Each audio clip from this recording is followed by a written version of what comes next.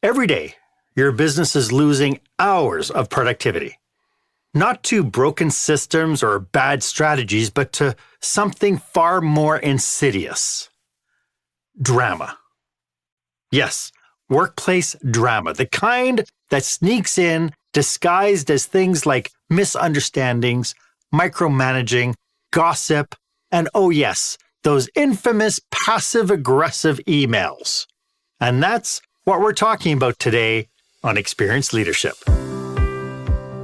Welcome to Experienced Leadership, a podcast that challenges small business owners and entrepreneurs, just like you, to dare to be the exception. Join our host, customer experience expert Marc Haine, as he uncovers relevant and timely content to help you script and direct your business and teams to create jaw-dropping experiences your customers and staff deserve. Here is the host of Experienced Leadership, author of Lights, Camera, Action, customer experience expert, Marc Haine.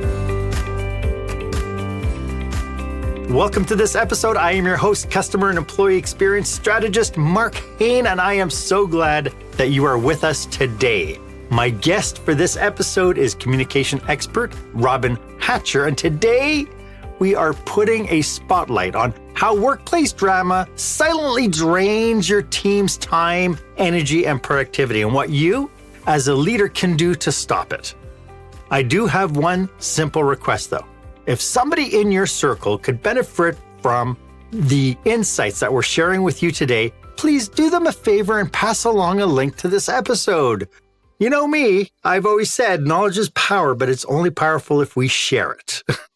So I have to ask you, have you ever walked into work ready to conquer the day only to find yourself stuck, refereeing a petty squabble between team members?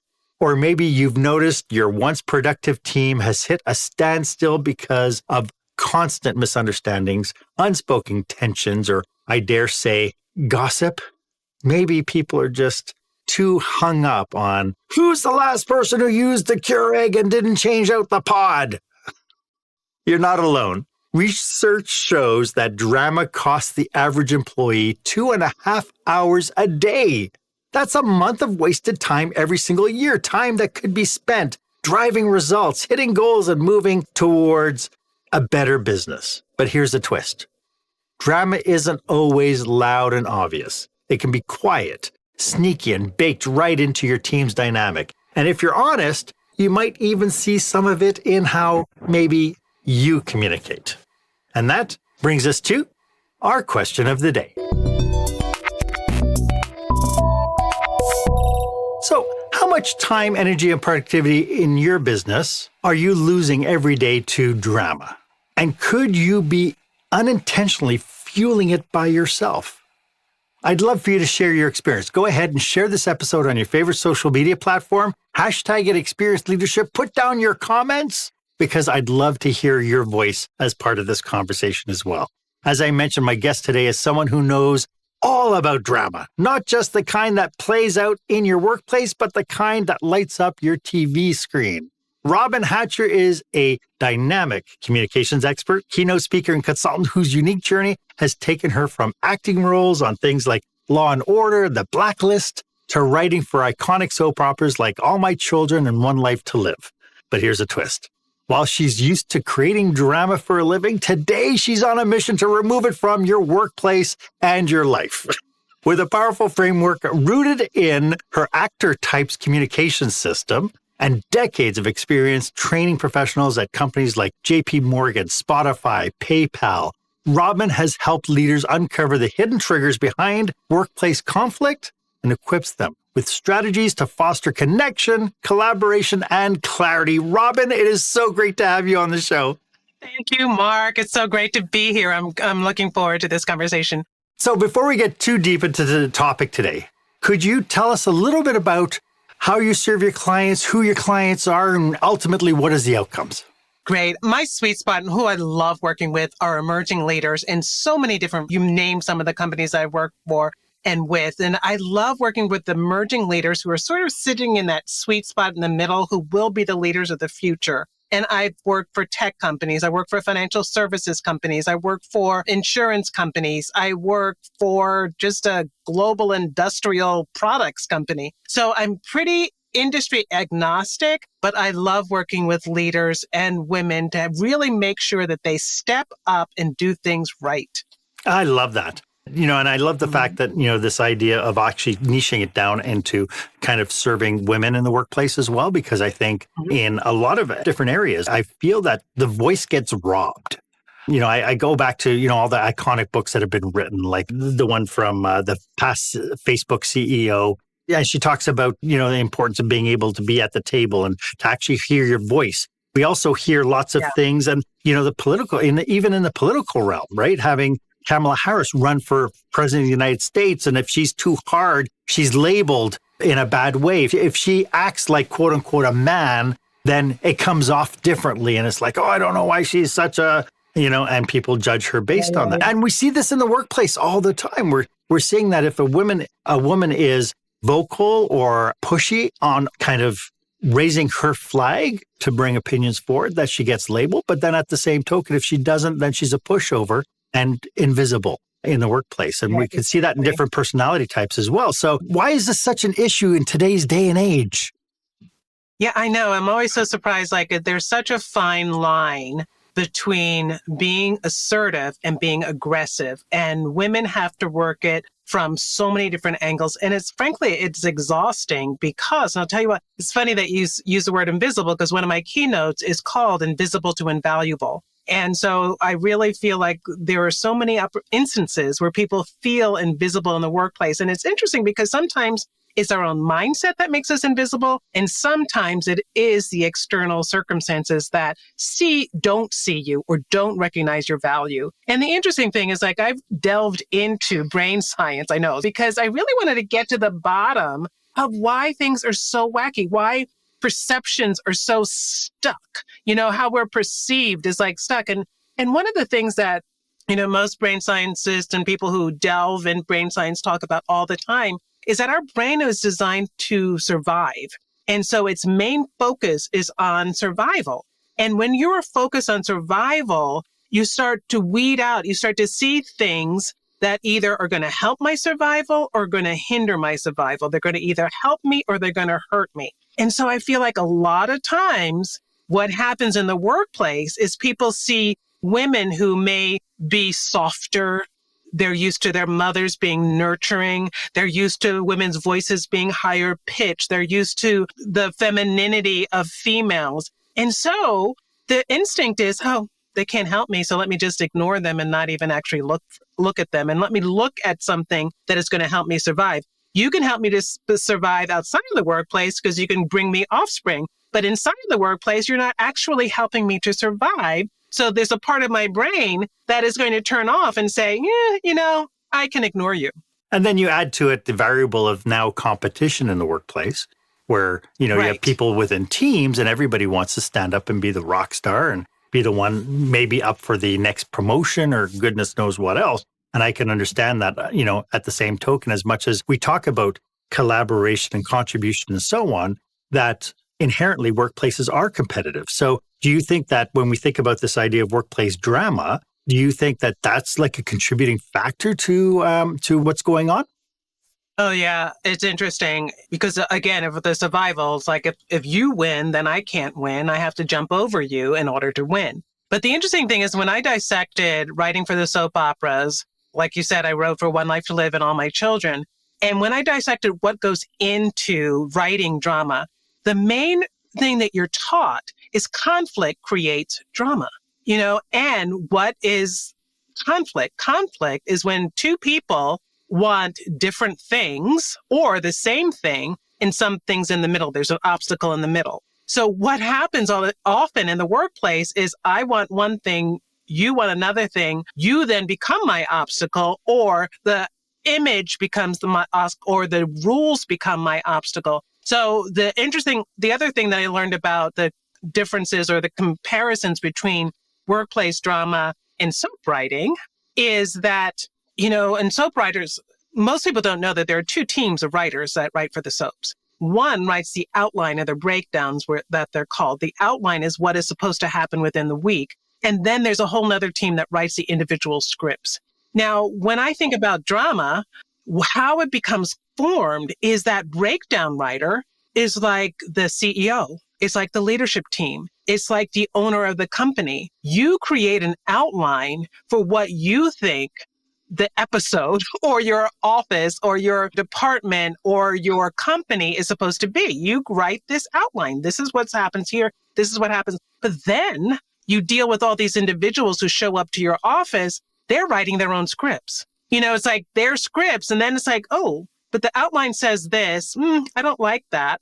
I'm going to rewrite that script. I'm going to do this. And then it's like, oh, but you're going against the outline. So it really becomes very conflict and drama heavy when you've got two conflicting values, two conflicting wants. And the thing about what makes soap operas so compelling is that the characters will do anything, just like you were talking about the men in competition and the women in competition too. Soap opera characters will do anything to get what they want. They will do anything it takes to overcome obstacles. They will kill their twin. They will come back as their twin. They will they will do whatever it takes. And often in the workplace, that's what we do. We do whatever it takes to get what we want. And that's when we start to create drama. And some people aren't as forceful as, say, like one of those characters in a soap. So they do it in passive aggressive ways. They're going to figure out how I can undermine you and still get what I want. Yeah. It's really an interesting dynamic because as much as people want to turn around and say, oh no, we're a highly collaborative and we value everybody's contribution and so on, we do end up with all these different things. And, to your point, listening to what you were saying, and the word kind of clarity comes into mind of, if the CEO is really clear and creates a lot of clarity around kind of what the objectives are and helps paint pictures within the teams, though, that also has to translate from the team leader down into the individual teams. And if the team leader themselves are turning around going, well, the CEO wants this, but finance is holding us back. And now we have to do production. And now I can see that, because of that, because of kind of the internal, almost silos, right, is maybe a driving cause for this as well. That is such a huge, huge point because there's a Chinese saying that I love, the fish rots from the head down. Yeah. And it's funny because you just said it was a Chinese saying and I understood every word you said. It was great. Amazing. It's universal.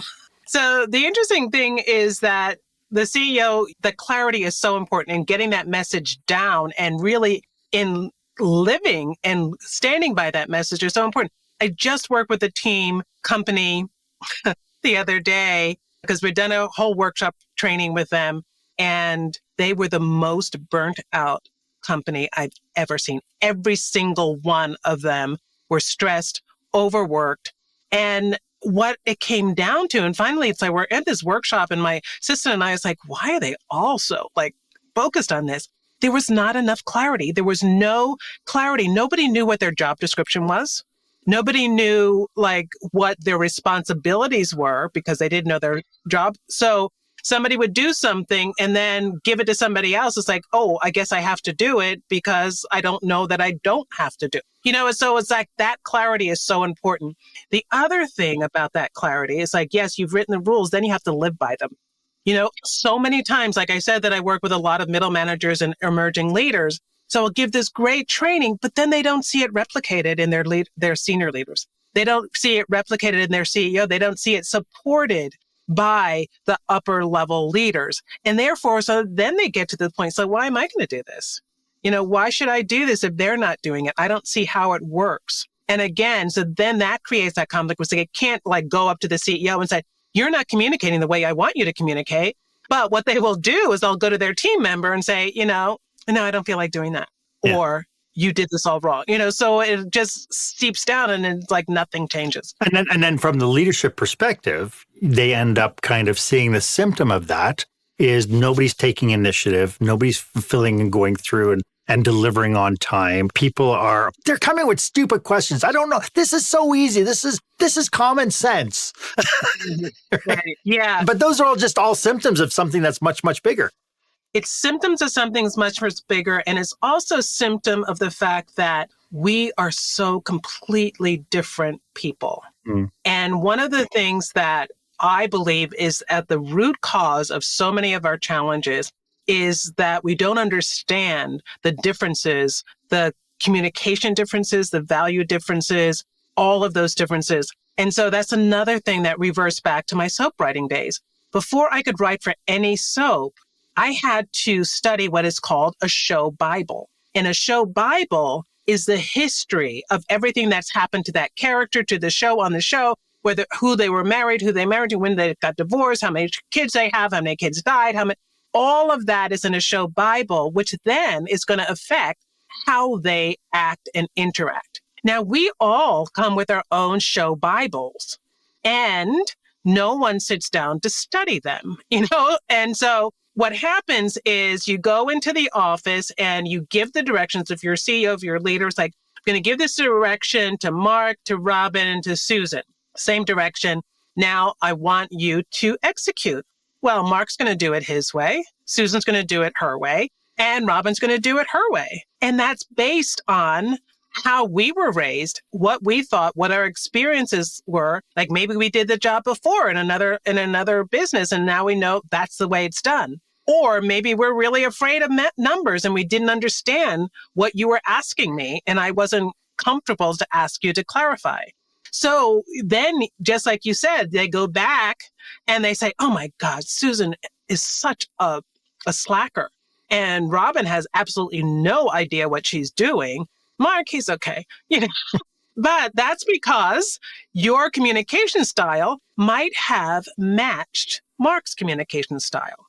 And therefore, Mark understood you. But so many leaders will speak in the same way to each and every individual on their team and expect results that they had in their head. Yeah.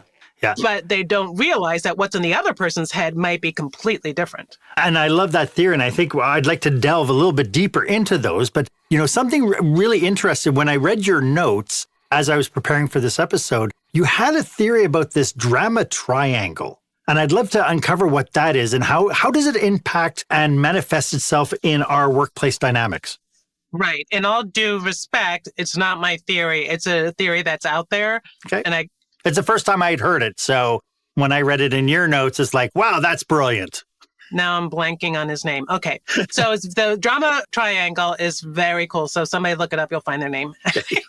But what it talks about is that there are three corners of the triangle. There's the victim, there's the persecutor, and then there's a rescuer. The victim is always feeling very oppressed.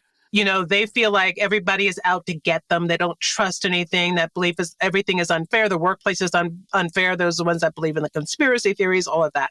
Then you've got the persecutor, and those are the persecutors are the ones that want to criticize everybody. Everybody's doing everything wrong, and they are not responsible for anything that's going wrong. It's like they are the ones that sees the wrong, and they're going to tell you. Then you've got the rescuer that comes in to save the day. And the rescuer is the one that they want a better environment. So they're going to fix the victim and they're going to protect the victim. And that's going to make them look better. That's going to make them resent anything. They're going to resent the persecutor because they want to rescue and fix everything. The rescuer role is one that leads to a lot of burnout because they try to do everything at once. And then sometimes what happens with the rescuer is they're like, I don't want to be rescued. Why are you rescuing me? But the interesting thing about the drama triangle is that it's not static. You could be within one conversation, you can go from being the victim to the persecutor to being the rescuer. And that's what happens that's why it's called the drama triangle. And that's how it works. So somebody comes up, it's like, oh my God, this is just so hard. The rescuer comes up, oh, okay, let me help you. Let me fix it. I don't need your help. Why are you always doing this for me? So the victim has now become the persecutor. And then the persecutor can step in and say, well, why are you yelling at her? I mean, can't we just all get along? So you just shift roles over and over again. And then, but of course, listen, in a lot of things, we all gravitate or we all have a penchant for being one or the other. A lot of times we'll constantly show up as the victim. That's part of who it is that you are. Some people will constantly show up as a persecutor, but can flip it a switch, and so far. So I find it a really fascinating dynamic that when I talk about it in workshops and in trainings, it's like, oh, yeah. It's interesting because as you say it, I'm sure people can just imagine, oh yeah, that happened yesterday between so-and-so and so-and-so. And that happened to me, right? And so they can actually place characters into this triangle. Exactly. And we want to talk about how you can actually get out of the triangle, because it happens and it's natural. And it's like, the thing that's so important for all of this with the big C, the thing I care about most is curiosity. We have to start getting more curious. I feel like, I don't know if it was the advent of Google or what, but curiosity has sort of petered out of people's ecosystems or whatever, their way of thinking, is that they feel like they know everything. They're not going to ask a lot of questions, or I can just go home and look it up. But what you want to do with curiosity is get really curious about the other person and about yourself. Like, so as soon as you notice yourself playing the victim, you want to first ask yourself, what else is true? Okay, this person just said this to me. Is it true that that means that he thinks I'm a piece of garbage? Or could it be something else? Could it be that he had a bad day? Could it be that he had a horrible phone call from his wife? Is this true, or is this the story that I'm telling myself about this? And this is the other thing that I love about, having your show Bibles and the soap opera. Is it a tired old rerun, or is it a new episode? And a lot of times we will recognize, oh gosh, I thought that last week. I thought that last year. I thought that last month. What is true? These are completely different people, but I have the same feeling.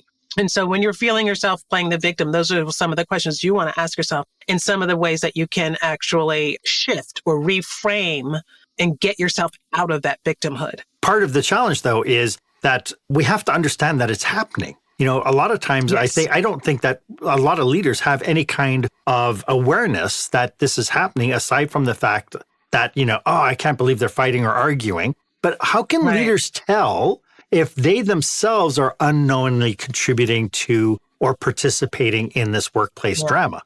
Yeah, that is such a important factor in that self-discovery. Sometimes you really, and that's why trainings and coaching is so important. What happens really when I do one-on-one coaching with execs, it makes like almost an instant shift, because I present this and then they become more self-aware.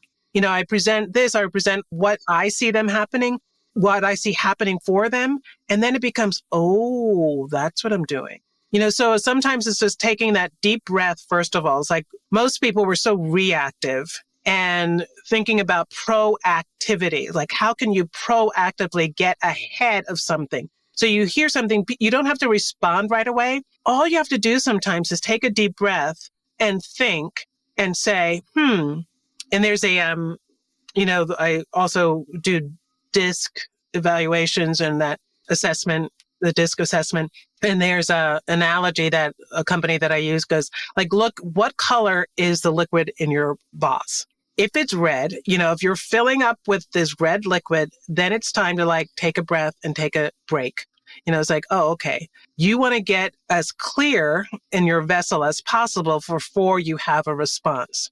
And so the awareness, even just us talking about it, even if you listen to this podcast and you think about the drama triangle, the victim, the persecutor, is like, oh, all right. Am I feeling that? And sometimes it's a visual. What I want to think about is when you're playing the victim, your body language is going to be different. Your body language is going to be more hunched over. You're going to be more protective of your heart space. You're going to be looking down. It's like, what is that feeling? So sometimes if you're just feeling like the victim, one of the things that you can do is just stand up straight. Really just stand up straight, take that breath, have your heart center focus on the other person, and really look them in the eye. And then it's like, because we are so connected to our bodies, and somatically we can make small shifts that then start to shift how our brain is working and what we're thinking and what our response is going to be. So just that sort of physical shift of feeling like, oh, I feel like somebody just beat me down. How can I do this? And how can I speak with a deeper voice or a stronger voice or a more powerful voice?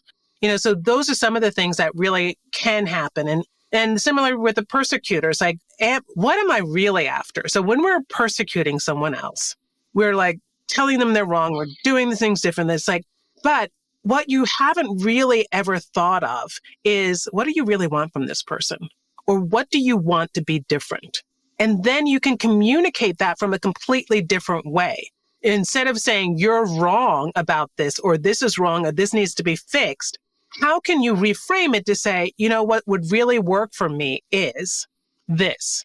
So that's a whole completely different conversation. And so sometimes just really having that agitation is like then going deep down and thinking, oh, I'm really upset because I didn't get the right directive from my superior, or I'm really not clear what the CEO is after. So I'm just going to take it out on this person because I don't know.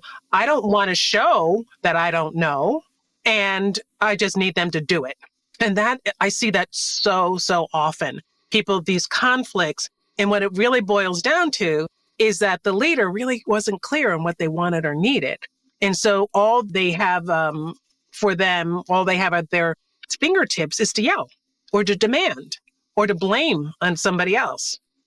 Yep. And so both times, so in those instances, sometimes the victim can then say, oh, that's interesting. It seemed like this was really, really important for you. Can you please let me know what the priority is, or what the final ask is, or what the goal is? It's really interesting because as you were saying that, I could formulate so many different circumstances where this applies. And, one of the driving forces a lot of times is this idea of I've lost control and I'm trying to reestablish my control. And to me, that because when we're self-aware enough that it's like, oh yeah, no, this is where I'm acting like this because I just feel like I've just lost all control, or somebody's doing something. So a perfect example came into mind where we were doing something for the dinner theater that we just produced, and somebody came to me and says, well, why are we doing it this way? And it's like, well, because da-da-da-da. She goes, I've been doing it for 10 years and I didn't know we were allowed. And it's like, that was an interesting, conversation because it is based, it is conflict based. But so we have this persecutor, right? Or this victim coming in. And then to your point, she switched it into this kind of persecution thing. And then it was a choice. Do I engage in this conversation or don't I engage? Right? Exactly. It's very interesting. And, I think one of the things that we fail to do now in our adult years, we used to do it when we were children, was, you come home crying to your mom, oh, Sarah hurt my feelings. Well, you'd go and tell Sarah that, she hurt your feelings and not to behave like that. No, you hurt my feelings, Sarah. And she's like, oh, I'm sorry. She gives you a hug. Right. And we stop doing this as adults. We stop acknowledging that our feelings get hurt by stuff. Right. And anytime we turn around and go, they don't respect me, or they, anything that you play that victim, I bet you can tie it to that your feelings were hurt. Yeah, totally. And that's so interesting because for years, I think what happened is people were like, feelings don't belong in the workplace. Feelings don't belong in the workplace. Feelings don't belong. So people were afraid to admit that something was bothering them, and then, and then we're back to the female thing, it's like, oh, you're just too emotional. Don't talk to me about your feelings. You're being too emotional, and so the thing is, we're all emotional. People talk about this all the time, and men just deal with it a little bit differently. But what it is it's okay. I'm giving everyone who's listening okay to talk about feelings in the workplace, because that leads to psychological safety, which is all the buzz right now, which all it really means is giving people the attention to be valuable and heard in the workplace. And and so talking about feelings, Yeah, and it's a cool flip to that is whenever you start a conversation with the phrase, I feel, it changes the whole dynamic of the conversation. Yeah. Versus you are. Exactly. In your book, you talk about actor types, and I think you inferred it a little bit with the communication channels. I'd love to delve into some of those and how they can affect the workplace dynamics, and we'll get to that right after this. When the spotlight shines on your business, are customers applauding or yawning? In other words, how is your business performing? Make your business a star with the new book, Lights, Camera, Action, Business Operational Excellence Through the Lens of Live Theater by Marc Haine. Marc uses his business and acting experience to help you see your business like a live show, so you can create a performance your customers will never forget. Buy Lights, Camera, Action today at your favorite online retailer or directly at marchaine.com. Welcome back. I am speaking with communication expert Robyn Hatcher, and we're having a great conversation. I'm loving this conversation. Robyn, you also have a book. Would you like to tell us a little bit about it? Yes, my book is called Standing Ovation Presentations, How to I don't even know, how to understand your unique actor type and let it shine. And I work this book as an analogy, again, with my acting and my soap opera writing, because what I discovered when I was sitting down to write a book on communication and presentation skills is that we all have so many different styles. And when I was acting, I would go to auditions and I would act out. I would audition for one part and I would look around the room. It's like all those people kind of look at me. But then there's another part that looks really super interesting. Why wasn't I set out for that one? And actors would sit around on auditions for days, hours, moaning about why they didn't get called for that audition or this audition or that audition. And finally, I started looking around. I'm thinking, you know what? You didn't get called because you're not the right type. You would not be believable in that role. And so I started realizing how distinct different types are. And then, of course, writing for the soap operas, I could not write one line for one character who was completely different from another character. If anybody knows, like All My Children, if I wrote a line for Erica Kane that actually needed to go to Dixie or whatever, it would be a mismatch. So I just started looking at what are some of those actor types. And similar to a lot of the assessments, so there's a DISC brand and all this. So I came up with 9 different types of actor types. So usually the top 4 are the ones that show up most in the workplace, which are the hero, the buddy, the whiz kid, and the superhero. And so the differences are like those superheroes are the ones that really want to get things done. They care about the action. They care about being direct. And they care about working it out. And the hero, though, is the kind that is just like, oh, look at me. I am so the focus of attention. I am so charismatic that I can run a whole movie, you know? And then you've got the buddy who is always wanting to be the best friend, you know, and wanting everybody to get along. And that's what they live by, the collaboration and getting along. And the whiz kid is the one that's all about the facts. Data, data, data, data, data.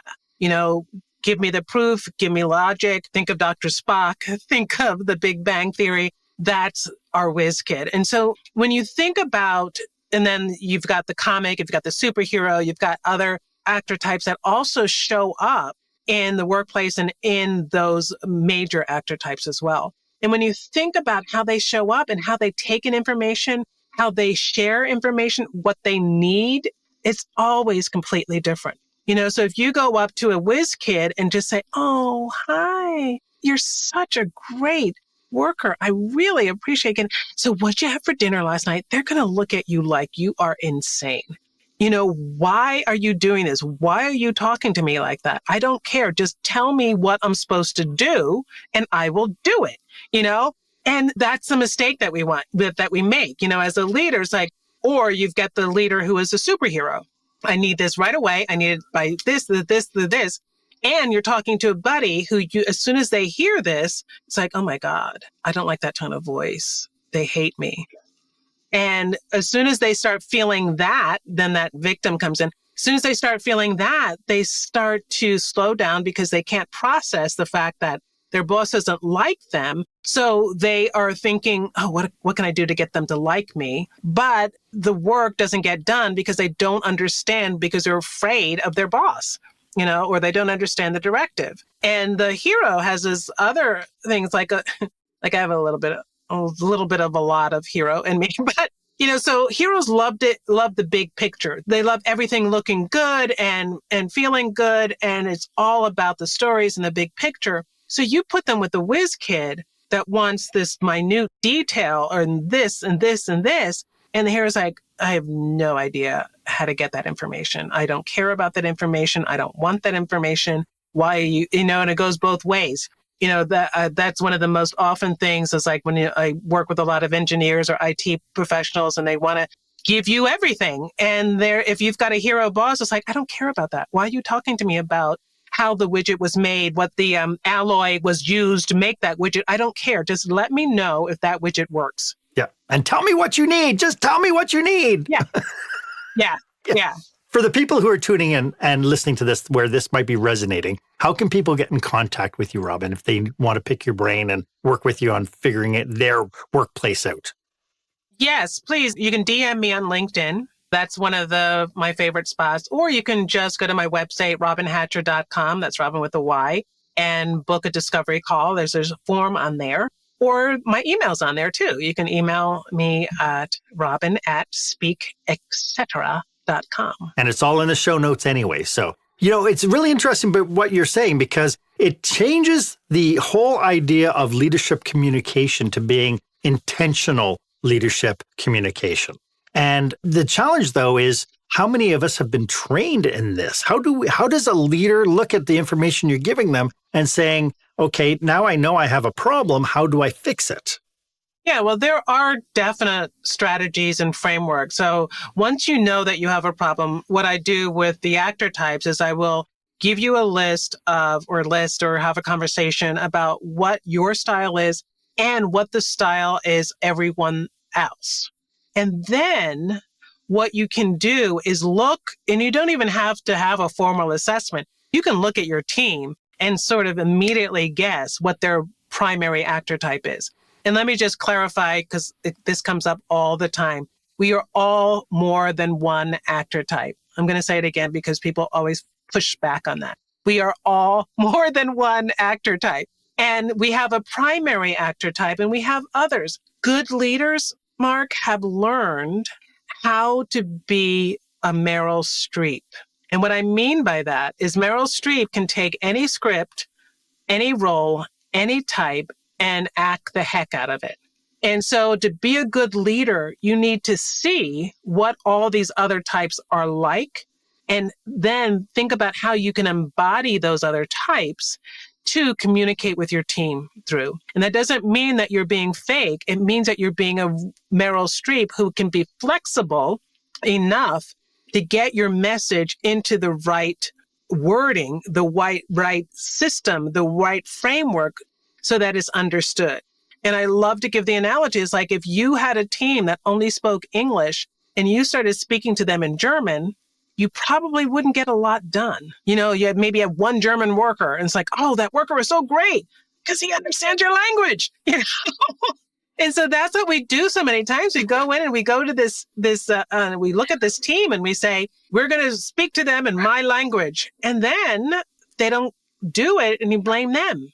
Yes. You can't blame them for having brought up speaking English. And it's interesting because what I see in a lot of organizations is when there's that misunderstanding, the conflict might not necessarily be front of house, but you don't know what conversations are happening behind closed doors between middle managers, frontline managers, top end managers about people and the way that they react. And so, I've heard where I was in one meeting where somebody turned around and said, Donna is such a slacker and I had to stop them because here's a middle manager talking to a frontline supervisor. And I went to the frontline manager and I said, how do you expect your supervisor to treat this woman now from this point forward? Mm-hmm. You've already tagged her as being stupid and an idiot. Yeah. So how do you want them to treat this person now? And so this intentionality, I think, is really, really important. Yeah, it's so important. And that's such a great point is like how you talk about anybody is also a reflection on you. Mm-hmm. So that's one of the things that you want to really be intentional about, like seeing and valuing all of their strengths, learning how to connect with them from a different strength, learning how to communicate and value what there's. And the other piece that goes hand in hand with that is acknowledging, so many people in the workplace don't get acknowledged for the work that they're doing. And when you are not being acknowledged, when you don't feel valued, what's your point? What's the point of actually doing the work and showing up if no one's going to appreciate it? So that's one of the things that is so, so important to the workplace as well to eliminate and reduce drama is to see that, yes, you need this. I may not even be able to get it to you. I may not be able, and this was what happened on a coaching call yesterday with a client who was in that burnout team. It's like, yeah, there's no motivation for these people that are working so hard. And one of the things is that as a leader, I'm going to tell you how much I value you. So that one of the motivation is being part of a team where you feel valuable. And so sometimes it's the most you can do. I feel that even with the actor types, each of those actor types would respond to feedback and recognition and reward systems completely different as well. So we have to understand what kind of rewards would work with them. Exactly. And that's one of the things I teach in my workshops and my coaching, what it is that would work for a particular type, how you can, I call it feeding their bank account. So how can you give them this acknowledgement along the way so that when a conflict comes up, when drama might erupt, you have a full bank account where they're not going to hold it against you, which is so, so important, because drama it's going to happen. Yeah. It's going to happen where you're doing something that they don't want. And then if you've been acknowledging them along the way and feeding their bank accounts, they're going to give you a pass, or they're going to have a conversation with you and say, this is it, but they're not going to blow up. They're not going to be passive aggressive. And that's so important to know exactly what it is that they need and when they need it. Yeah. You mentioned earlier about this idea of curiosity, which I think is a magical philosophy. Is there any other steps that leaders could use to prevent misunderstandings? Once they understand actor scripts and the actor types and how to communicate and so on, have a level of curiosity. Is there something else that they need to do to help prevent the misunderstandings and kind of guided perceptions?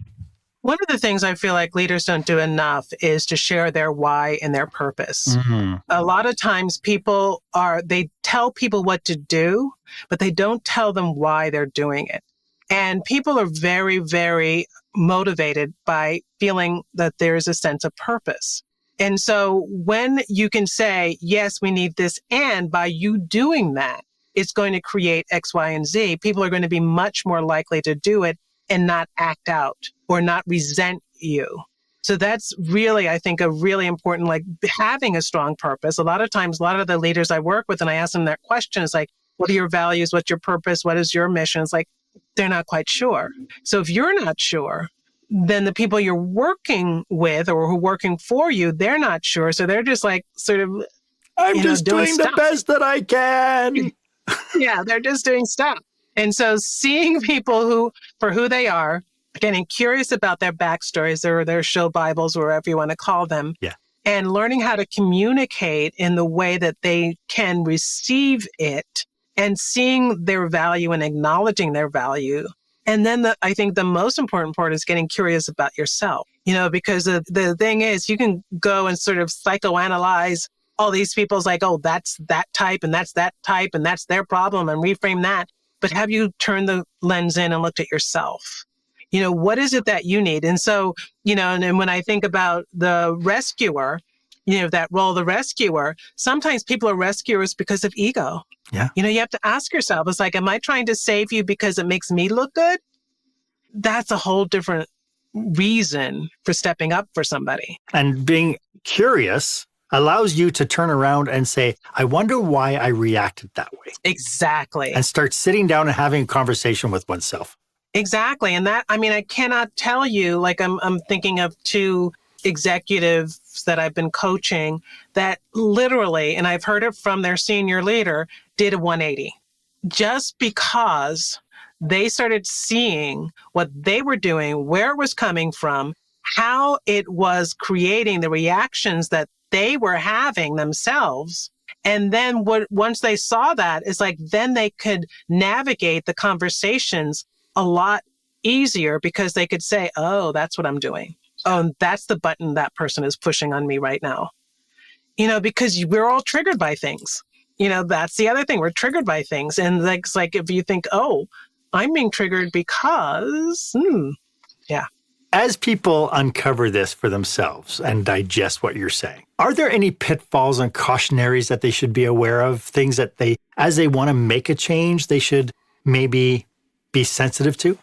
That's an excellent question. I feel like one of the things is what I just said, don't overanalyze and then throw some psychoanalytic stuff into it. And it takes time. So take that breath, really think about what your outcome is. What is the goal for what it is that you want to achieve? And create a timeline. So one of the pitfalls is to try to do everything really quickly. I was just listening to a podcast today this guy was talking about how hunting, you have to walk really slowly in order to see things differently. And a lot of times we want to fix the problem right away and go in and think that it's done. But it's a process. Every time you're dealing with a new situation or a new way of communicating, it's a process. You have to test it out, then come back, and you could go backwards before you go forward. But sticking with it and knowing that the value is to collaborate and to lessen the drama. We're never going to get rid of it. Otherwise, why would we have plays and all these other stuff? We're not going to get rid of it. We love drama. We're human beings. We love drama.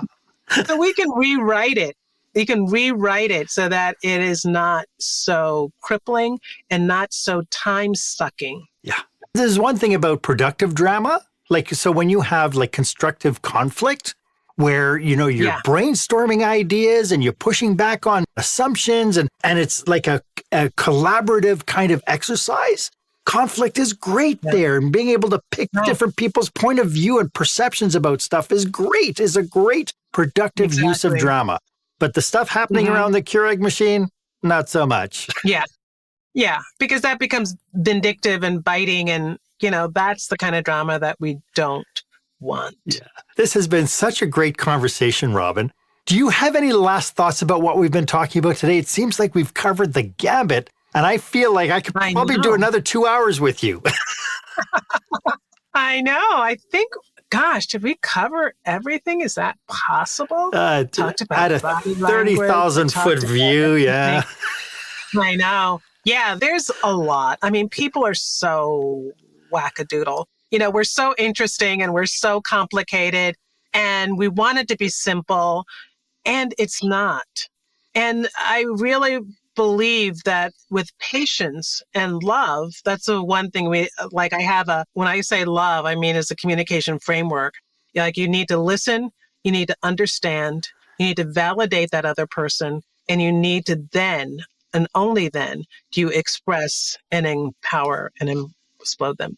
So that's my love formula for communication. Listen, say something that shows that you understand where they're coming from.